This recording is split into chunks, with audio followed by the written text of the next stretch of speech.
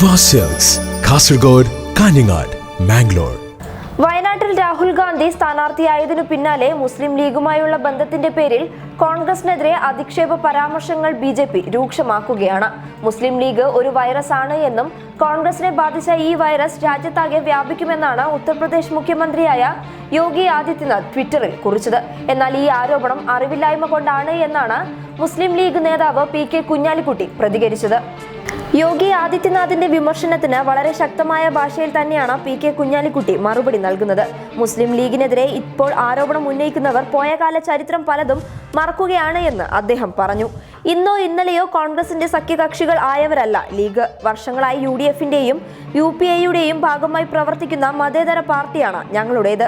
IT മേഖല അടക്കമുള്ള കേരളത്തിന്റെ സാക്ഷരതാ മുന്നേറ്റത്തിൽ ലീഗിന് വ്യക്തമായ പങ്കുണ്ട്.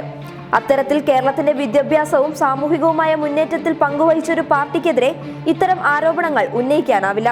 ഉത്തർപ്രദേശിലിരിക്കുന്ന യോഗി ആദിത്യനാഥിന് ഇതൊന്നും അറിയണമെന്നില്ല. ഇത്തരത്തിൽ വർഗീയവും വിവാദവുമായ പരാമർശങ്ങൾ അദ്ദേഹം ഇടയ്ക്കിടയ്ക്ക് നടത്തുന്നത് പതിവാണ്. പറയുന്നതൊക്കെ അദ്ദേഹത്തെ തിരിഞ്ഞു കൊത്തുകയും ചെയ്യും. ഇതും അങ്ങനെ തന്നെ ആവുമെന്നും കുഞ്ഞാലിക്കുട്ടി അഭിപ്രായപ്പെട്ടു. UDF-ൽ മാത്രമല്ല BJP മുന്നണിയിലും പച്ചക്കൊടികളുണ്ട്. ഓരോരോ സംസ്ഥാനത്ത് സഖ്യമുണ്ടാക്കിയ പാർട്ടികൾ ഏതൊക്കെയാണെന്ന് BJP പരിശോധിക്കണം. തമിഴ്നാട്ടിൽ AIADMK മുന്നണിയിൽ ഒരു പച്ചക്കൊടിയുണ്ട്. പണ്ട് ലീഗിൽ നിന്നും പോയവരാണ് അവർ. കേരളത്തിൽ LDF-ലും പച്ചക്കൊടിയുണ്ട്. കാശ്മീരിൽ പച്ചക്കൊടി PDP-യുടേതാണ്. അവരോട് BJP സഖ്യമുണ്ടാക്കിയിട്ടുണ്ട്.